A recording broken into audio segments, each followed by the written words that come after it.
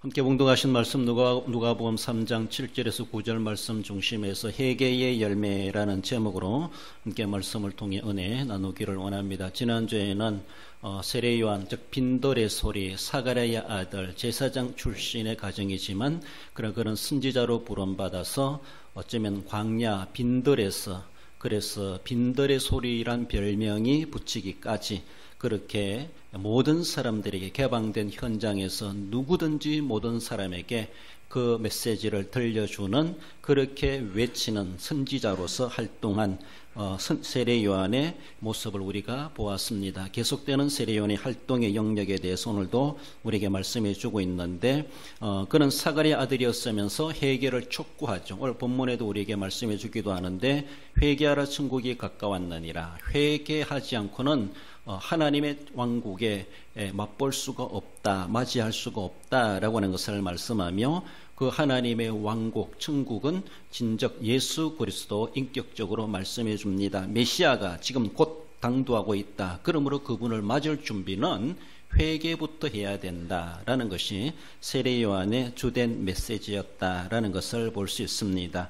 그에 계속되는 사역의 현장 가운데 일어나는 오늘의 본문의 말씀도 이야기해 주고 있는데 회개와 열매에 대해서 말씀해 줍니다.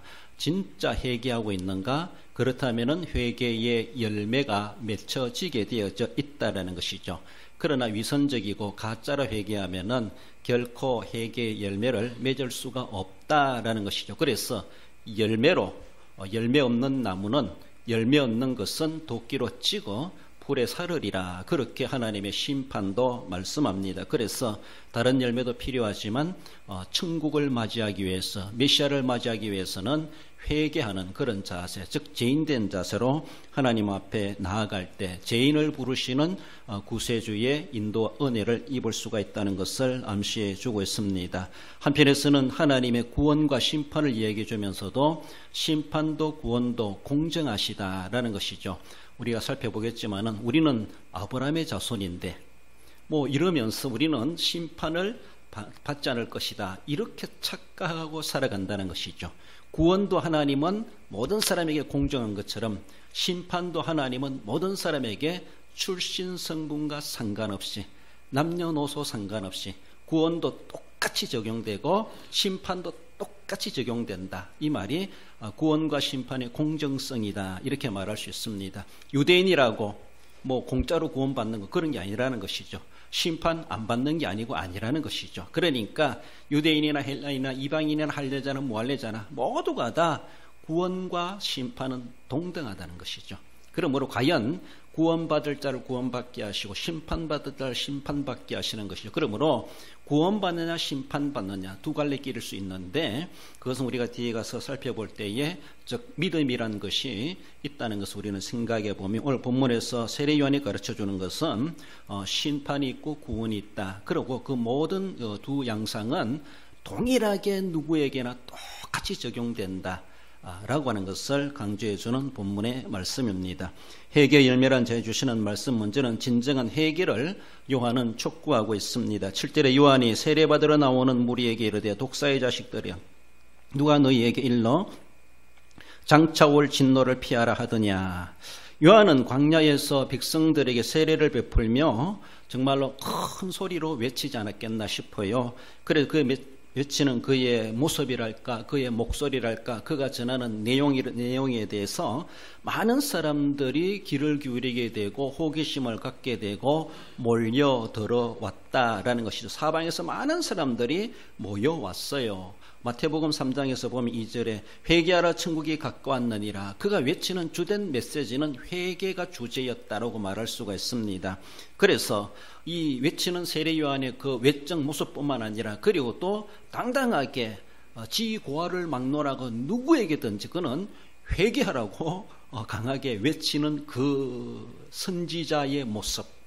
이 백성들은 정말로 오랜만이라기보다 옛날에 그 선지자들이 그렇게 외쳤다는 것을 그들은 그저 듣고만 왔고 어쩌면 그렇게 선지자가 어떤 분들 어떻게 활동했는가 아마 그들은 전통적으로 역사 속에 이미 어느 정도는 다 알고 있었을 겁니다. 그러나 말라기 선지자가 지나고 나서 400년 동안 중간 시대라 그러는데 구약과 신약이 이어지는 중간시대. 그래서 말라기서와 마태복음 1장 사이는 400년의 공백기간이 있습니다.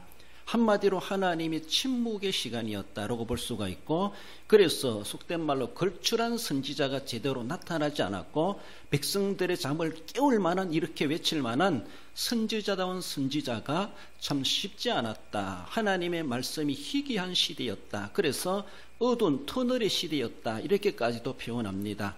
그래서 400년의 세월 속에 정치, 사회적인 모든 소용돌이가 일어나게 되죠. 이스라엘 백성이 바벨론에서 포로에 돌아와가지고 나라를 세웠습니다. 그러면서 그들은 거기서부터 이제 400년의 세월이 흘러가는 것이죠. 그러면서 헬라 제국이 나타나고 로마 제국이 나타나고, 당대 이제 로마가 그 지역을 판도를 장악하고, 예수님이 탄생하셨을 때는 로마가 이미 이스라엘을 지배하고 있는 그런 시대, 정치적으로 힘도 쓰지 못하는 이스라엘 백성들, 소수민들처럼 그렇게 전락되어 버린 그런 모습. 그러면서 그들은 그러면서도 여호와 하나님을 섬긴다고 하지만은 상당히 많이 세속화되고 인본화된 그런 모습을 우리는 볼 수가 있죠. 그래서 세례 요한이나 예수님에게 상당히 직설적인 용어를 들을 만한 그런 일들이 종교 지도자들의 모습이었다라는 것을 볼 때, 정말 400년 동안 하나님이 참 침묵하셨다라고 말할 수 있겠지만은 그 기간 동안에 제대로 구약 시대만큼이나 신앙의 본질을 이어왔겠는가 의문점이 생길 만하다는 겁니다. 그러니까 자꾸 그 400년 동안에 자기들 나름대로, 자기들 마음대로, 어쩌면 자기들 편리대로 종교 신앙생활을 이어온 유대인이 아니었나라고 볼 수가 있습니다. 이런 가운데 이제 하나님이 특별하게 세우신 세례 요한이 나타나지 않습니까? 세례 나타나가지고 그래 담대하게 외치는 이 말씀, 저런 선지자를 본 적이 없었죠. 그래 많은 사람들이 신기하게 여기기도 하고, 옛날에 선지자들이 외쳤던 그 선지자처럼 우리가 그렇게 생각하고 있었던 구약의 선지자, 요한을 보면서 그들은 좀 일치하는 것처럼 느껴졌을 겁니다. 오랜만이 아니죠. 자기들도 처음 보는 선지자 모습이겠지만은 400년의 공백 기간이었으니까 정말 저런 메시지를 들을 수 있다고 하는 것에 대해서 많은 사람들이 막 세례 요한이 좀 직설적 직언을 말하고 막 그렇게 생생한 표현을 해가면서 말한다 할지라도 거기 사람들이 막 몰려들었습니다. 서민들이든 종교 지도자들이든 바리새인이나 사두개인들이든 막 이런 사람들도 막 몰려왔죠. 아무튼 그런 그 몰려오는 그들에게 매우 생생한 표현력으로 그들에게 해결을 촉구했으면, 오늘 본문에서 독사의 자식들아, 이 말은 어떻게 할 수 있을까? 상당히 생생한 표현이죠. 정말로 그 말을 들을 만한 그들의 행태가 아니었나라고 하는 것을 볼 수가 있습니다. 왜 세례 요한이 이런 말을 했을까? 세례받으러 오는 사람들인데 말씀에 대한 호기심을 가지고 신기함을 가지고 그들이 몰려왔는데 도리어 기분 나쁘게 쫓아내는 것처럼 똑사이 자식들아 이렇게 막 설교를 한다는 거예요. 만약에 제가 그런 소리로 막 설교했더라면은 나 그 소리 안 듣고 싶어 대형교회 안 갈래 이렇게 하는 사람들이 허다할 겁니다. 그런 소리 들으려고 우리가 가냐 뭐 이런 말도 쉽게 할 수가 있습니다. 그런데 세례 요한은 그런 말을 할 만하지 않았나라고 하는 것이, 세례 요한은 영적 감각으로 이미 그것을 보고 있었다는 겁니다. 어떤 내용인가 하면은 그들이 세례받으러 오는 것에 대해서 하나의 위선적이라는 것이죠. 물론 예수님도 그들에 대해서 상당히 그렇게 보시면서 이미 속을 보시는 것이잖아요. 해처럼 묻은 갓도다 이렇게 말하는 것처럼 마태복음 3장에서 보면은 7절에서는 많은 바리새인과 사두개인들도 왔다는 거예요. 세례받으러. 그래서 세례 요한이 하나님의 심판을 외칩니다. 이미 도끼가 나무 뿌리에 놓여졌다. 하나님이 심판하신다. 심판의 소리를 들으면요 둘이 없습니다. 그것이 진짜라고 믿고 싶지 않지만 그러나 또 안 믿을 수도 없는 거예요. 이런 용기 있게 큰 소리로 외치는 이 선지자를, 세례 요한을 선지자로 인정한다라면은 그건 하나님이 주시는 메시지거든요. 근데 그 메시지 내용이 우리에게 위로하고 치료해주고 응원해주고 칭찬해주는 소리가 아니라 막 손가락질을 해가면서 군인들은 어떻게 하고 너희들은 어떻게 하고 막 직설적으로 더 나가서는 막 독사의 새끼들아 이런 소리 해가면서 말을 하고 있었다는 것이죠. 그 말을 들을 만하다고 판단되는 세례 요한의 판단이 뭔가 하면은 그들은 회개라고 하는 것보다는 세례를 소중히 여긴다는 것이죠. 세례 받으면은 심판을 면할 수 있을 것이야, 이런 생각.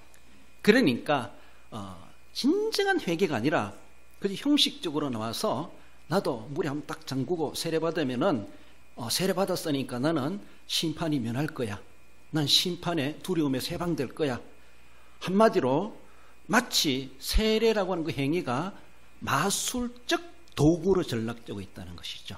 그 사람들이 볼 때는 그렇게 하면은 우리가 이 두려움의 공포에서, 심판의 공포에서 벗어날 거, 우리에게는 심판이 없어질 거야, 심판을 면함을 받을 거야, 이런 마술적, 지극히 잘못된 생각이죠.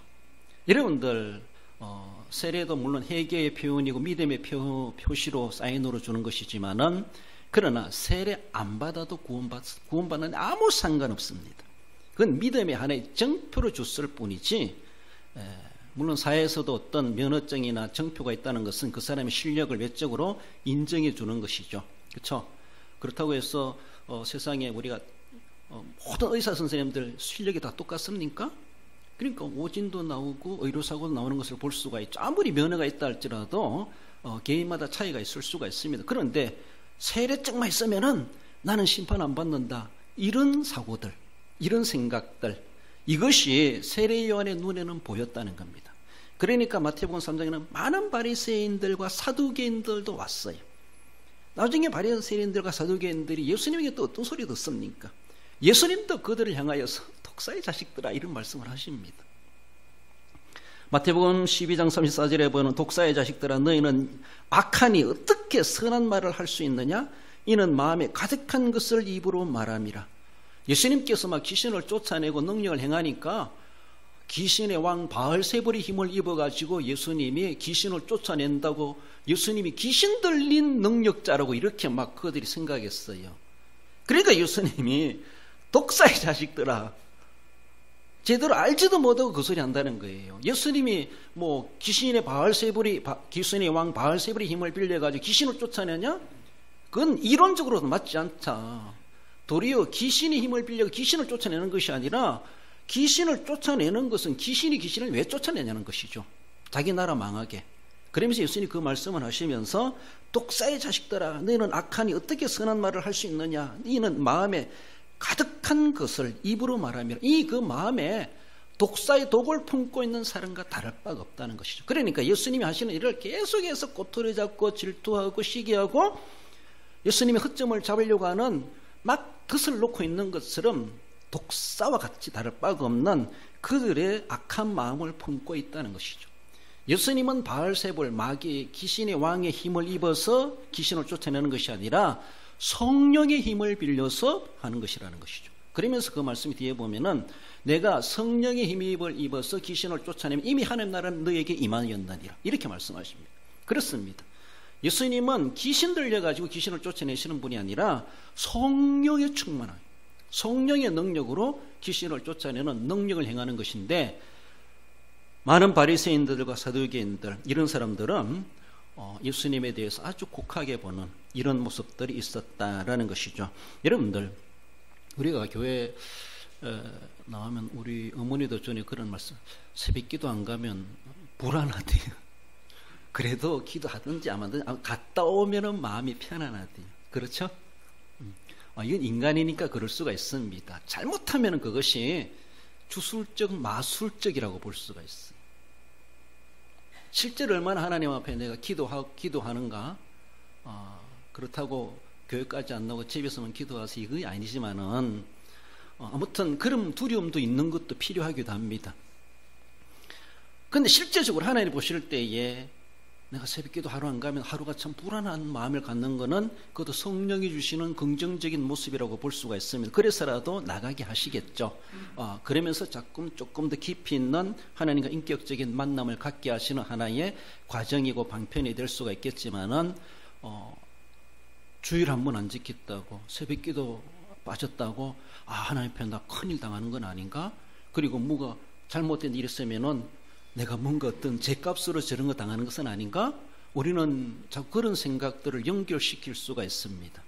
그러니까 내가 교회 꼬박꼬박 나가면은 내게 탈이 안 일어나는 마술적인 능력이 내게 임하는 것 같고, 그런 마술적, 그런 주술적 능력이 나를 보호해 주는 것처럼 내가 그렇게 하니까, 이거는 이방 종교인들이 그런 생각을 하고 있는 거예요. 그래서 거기 가서 비나이다 하고 온갖 다 하는 거예요. 그렇게 하면 공을 들이면은 자기들에게 저주가 임하지 않고 화가 임하지 않는 줄 알고, 우리는 그런 것, 우리는 하나님, 우리 공포스러운 하나님이 아니십니다. 근데 그렇게 안 하면 너 저주받아, 너 사고나고, 너 심판받고, 너 큰 문제 생길 거야. 하나님 협박적으로 우리를 믿게 하신 하나님이 아니십니다. 하나님은 인격적인 하나님이십니다. 계속해서 우리에게 마음문을 두드리세요.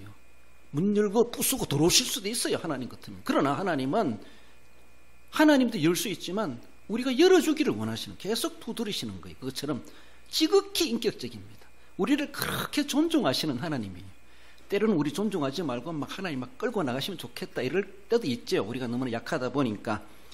그러니까 하나님은 자꾸 우리 스스로가 자원해서 마음으로 자발적으로 감사함으로 하기를 기다리시는데, 우리는 자꾸만 그것을 하나님을 인격적으로 대하는 것이 아니라 공포적인 하나님, 우리를 잘못하면 막 치시기도 하시고 우리에게 뭔가 큰 사건 문제 일어나게 하시고 막 그런 공포스러운 하나님으로 우리가 착각할 수가 있다는 것이죠.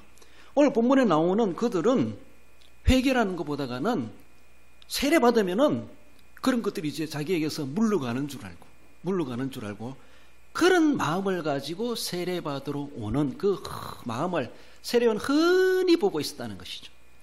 그러니까 세례 요한은 독사의 자식들이 하는 행동을 하고 있다는 것이죠.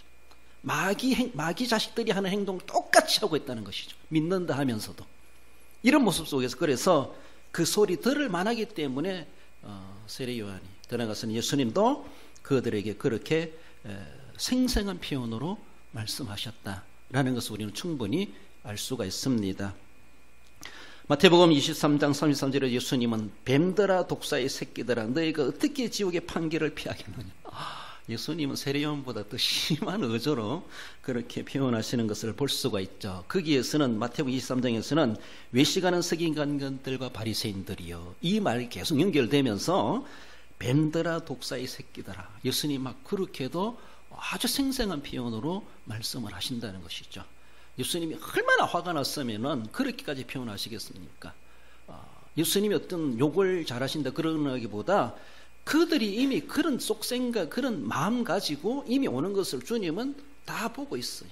세례요한도 이미 다 보고 있고 예수님도 보고 있고, 그러니까 외식하는 서기관들, 바리새인들이요, 이렇게 말씀하시는 것이죠. 오늘날에도 때문에 교회 다니는, 교회와 종교라는 것이 마치 심판에서 자신을 보호해 주는 방편으로 생각한다는 것이죠. 교회 다녀야만이 하나님 심판 안 받는다. 세상 사람들도 내가 이 종교에 열심히 정교에 내가 믿으면은 그 종교가 나를 환난에서 저주에서 보호해 줄 거야. 이런 그것이 종교심이죠. 종교심. 근데 그 종교심이 잘못되고 있죠. 진짜 화복의 주권자가 누구신가를 알고 그분 앞에 우리는 도리하면 도리할 줄도 알아야 되고, 경외하면 경외할 줄도 알아야 되고, 섬길 줄도 알고 헌신할 줄도 알아야 되는데, 엉뚱한 대상을 두고 그들은 그런 종교심을 가지고 그에게 빌고 헌신하고 바치면은 심판에서 저주에서 면함을 받을 줄 알고, 얼마나 착각입니까? 오해입니까? 그럼 우리 하나님의 모든 것이 주권자이시고 하나님 우리를 협박해 가면서 공포 주가면서 너는 나를 믿어라 그렇게 하신 하나님이 아니시라는 것이죠. 그럼 하나님 인격적이십니다.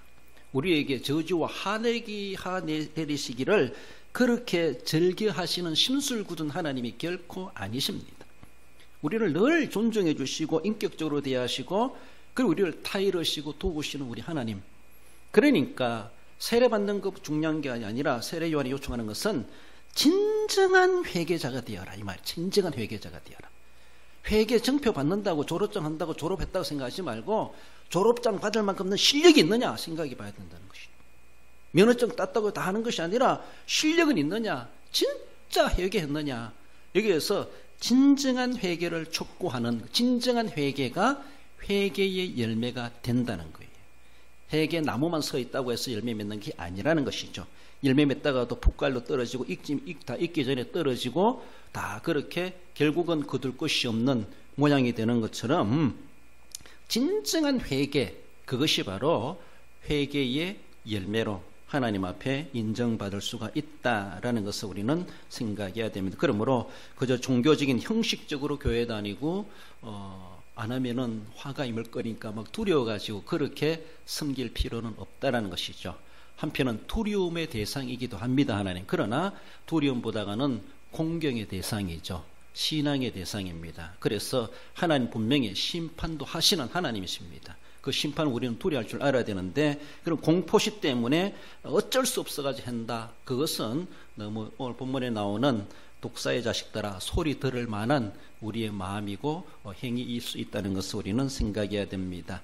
나아가서는 좋은 열매를 세례 요한은 촉구하고 있습니다. 8절에 보면은 그러므로 회개에 합당한 열매를 맺고 속으로 아브라함이 우리 조상이라 말하지 말라. 내가 너에게 이르노니 하나님이 능히 이 돌들로도 아브라함의 자손이 되게 하시리라. 합당한 열매, 앞에서 말씀드린 것처럼 진정한 회개하면은 회개의 열매를 맺게 되어져 있다는 것이죠. 그저 형식만 갖추서는 안 된다는 것이죠.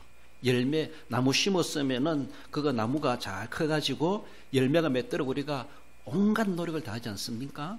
그냥 심어놨으니까 네가 커가지고 네가 열매 맺어라, 그렇게 내버려 둘 사람 아무도 없습니다. 그저 밤만 항상 심어놨다고, 나무 심어놨다고 지가 저절로 열매 맺히라고 바라면 안 된다는 것이죠. 그러니까 우리가 나라는 존재를 진정으로 관리하고 보살피고 진정한 회개하는 삶을 살아갈 때 회개나무의 회개의 열매가 맺히게 되어져 있다. 그래서 진정한 회개를 촉구할 뿐만 아니라 좋은 열매를 맺도록 하라, 이것을 말씀하십니다. 사람들의 행동을 통하여 나타나는 선악간의 결과가 바로 합당한 열매인데, 내가 어떻게 행하였는가 결과가 열매란 말입니다. 열매. 그 열매로 알리라. 그래서 마태복음에서 그것 아주 주되게 말씀하고 있죠. 당시 이스라엘 백성들은 우리는 언약의 백성이다, 이렇게 생각합니다. 하나님 앞에 언약을 받은, 언약이 맺어진 백성이다. 맞아요, 틀려요? 맞습니다. 혈통적으로 그들은 남다른 은혜의 혜택을 받은 사람들이에요. 하나님과의 언약적 관계를 맺고 있어요. 언약적 관계. 근데 그 언약적 관계를 우리는 신명기서를 볼 수도 있지만 축복과 저주가 있어요, 언약에도. 그래서 율례와부터를 지키면 나가도 들어가도 복을 받는 언약이 이루어져요. 그러나 안 지키면 또 어때요? 저주를 받으리라. 이것도 하나님의 언약이에요. 이 언약을 우리는 자꾸 좋은 것만 생각하면 안 돼. 그러니까 언약 맺었으니까 무조건 구원받는다, 그냥 절중시하고 있어도 하나님 우리 저절로 구원해 주실 것이다, 아니라는 것이죠. 당대 유대인들이, 그 나오는 사람들이 그런 의식을 가지고 나왔어요. 우리는 선민이다, 우리는 언약의 백성이다.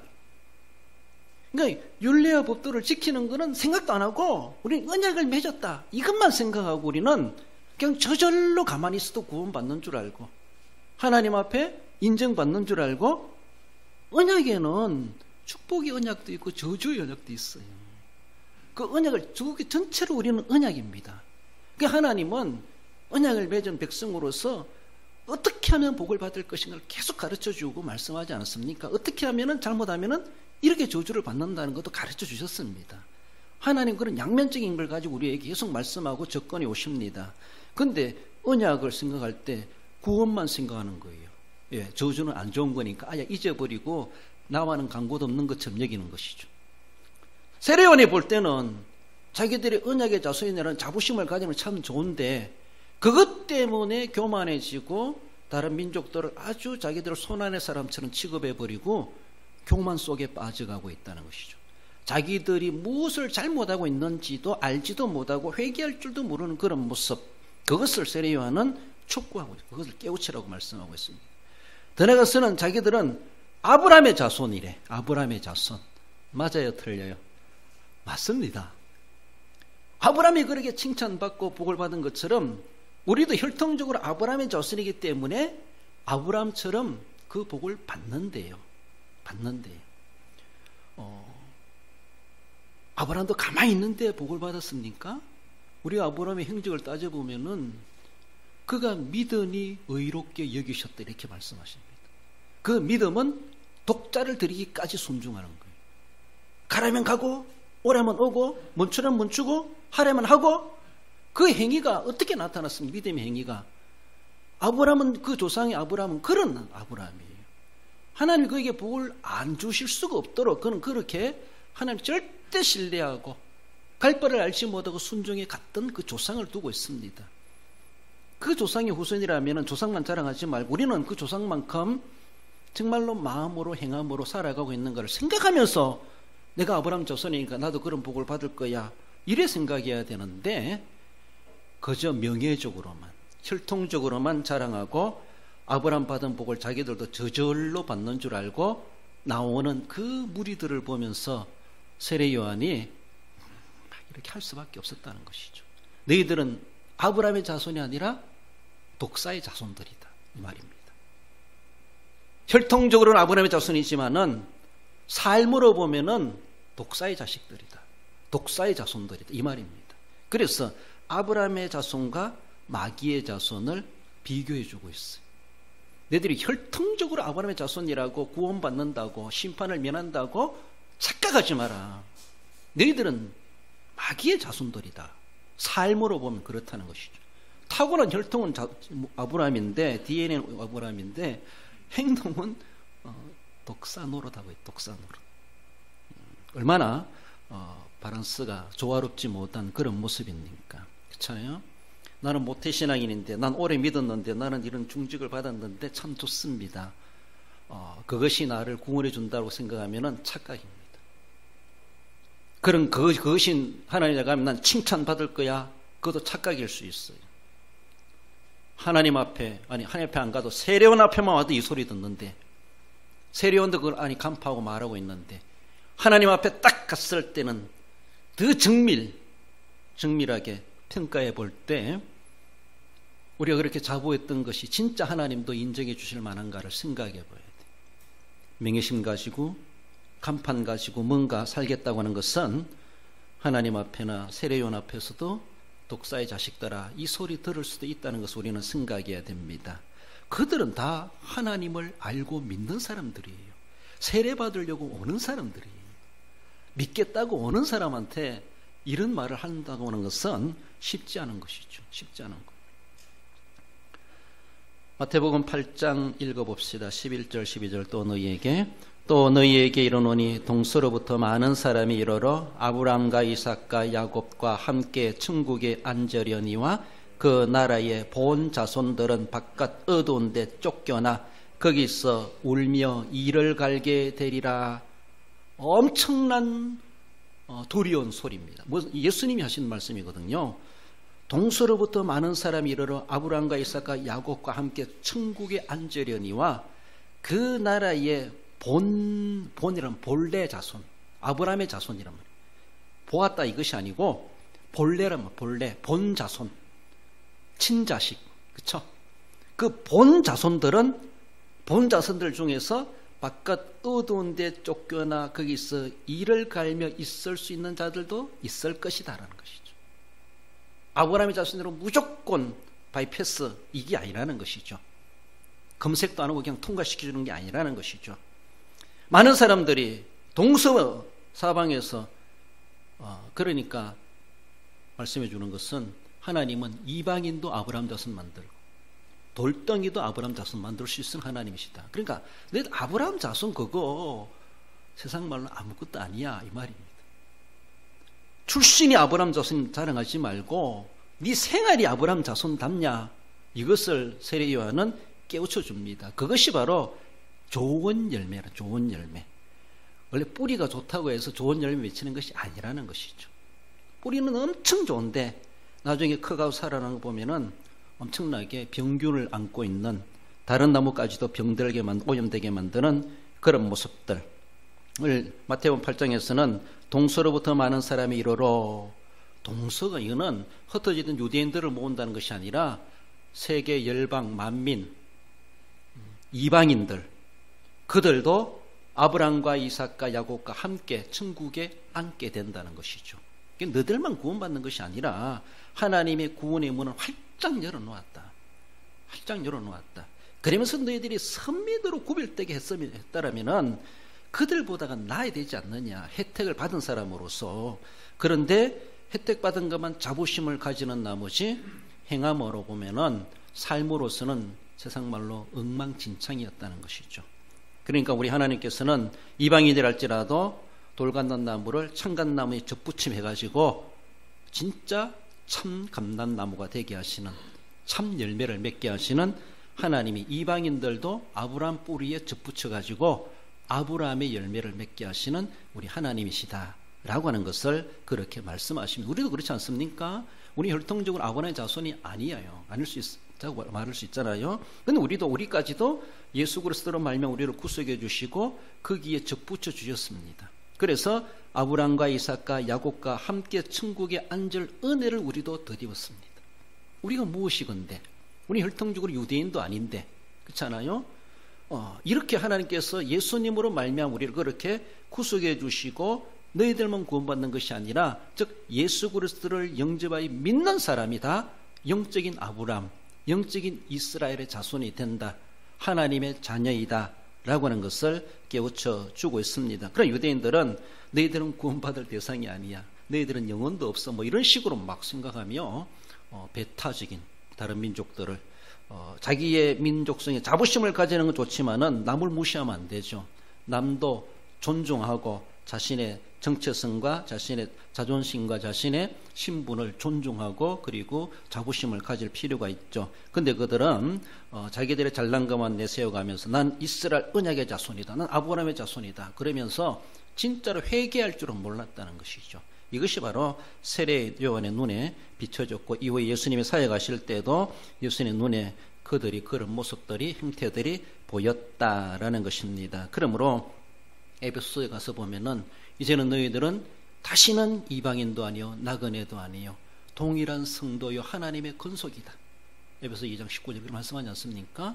그리스도 안에서 그러게 되는데 자기들은 저절로 될 수 있는 특권이 있음에도 불구하고 그러나 자기들 행위는 도리어 독사의 자식 노릇을 하고 있다는 것이죠. 그러니까 결코 하나님의 구원에서 제외될 수도 있다라는 것을 경고해 주시는 말씀이기도 합니다. 심판을 모면한다는 것은 인위적인 방법으로 도저히 불가능하고 이미 도끼가 나무 뿌리에 놓였으니 저는 이런 생각해봐요. 하나님께서 도끼에게 입력을 탁탁탁 해놨어요. 도끼야, 네가 이 나무에 돌아다니면서 좋은 열매 얻는 나무는 가서 다 찍어버려라. 이걸 입력을 딱 해놨어. 그러면은 이 도끼가 막 로봇 전타로 가가지고 자기가 열매를 판단하는 거예요. 좋은 열매가 어떤 열매인지 하나님 딱 입력을 다 해놨어. 이런 열매 외에는 다른 것들은 다 나무를 찍어버려라. 이 입력 다 해놓고 이거를 자동으로 돌아다니며 도끼질하도록 해놨어요. 그러면은 도끼가 가지고 입력은 그래 됐지만 이 나무는 아브라함의 자손이네. 피해갈까요? 안 피해가요. 하나님이 입력해 낸 대로, 입력해 놓은 대로 이 사람은 목사했으니까 피해갈까? 이 사람은 모태신앙이니까 피해갈까? 아니라는 것이죠. 오늘 본문에 말해주는 것은 주님이 입력해 놓은 것은 좋은 열매, 합당한 열매 이렇게 입력당해 놨다는 것이죠. 도끼한테. 도끼는 지 맘대로 못해. 하나님이 입력해 놓은 대로 합당한 열매를 맺은 사람, 좋은 열매 맺은 사람, 좋은 열매를 맺지 않으면 9절에 이미 도끼가 나무 뿌리에 놓였으니 좋은 열매를 맺지 아니하는 나무마다 찍혀버려 던져지리라. 좋은 열매 입력해 놨어. 그러니까 출신 성분 아무 상관없고 지상에서 어떤 직분 받고 은사 받고 어떤 일을 했느냐 상관없어.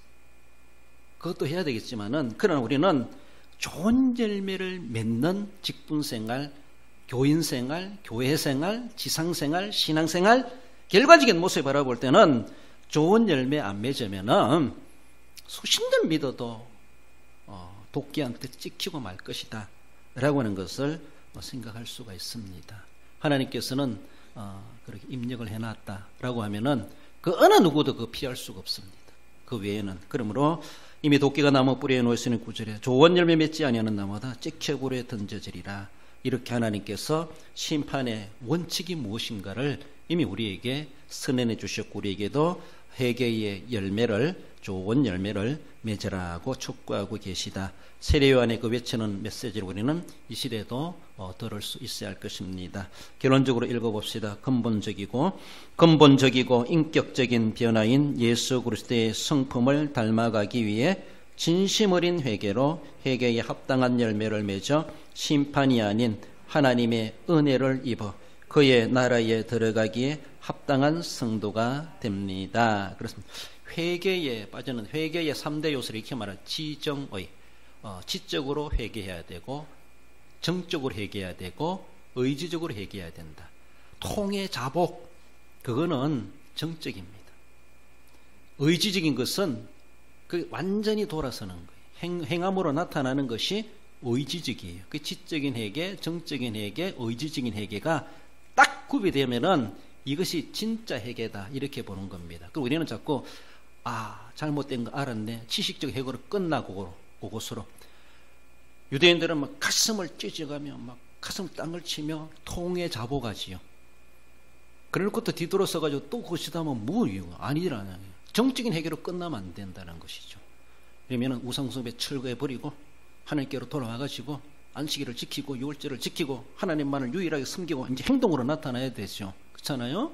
그것이 진정한 3대 요소 회개이라고 하는 것을 말씀하십니다. 그것처럼 진정한 회개를 촉구하고 있는 주님의 음성을 듣고 회개의 좋은 열매를 맺어서 도끼에 찍히는 일이 없고, 또 우리 주님 앞에 그 열매를 보시고 칭찬해 주시기 합당한, 그리고 그 은혜로 그 나라 들어가기 합당한 성도로 승리 생활에 가시는 우리 성도 모두가 되시기를 주님의 이름으로 축원드립니다.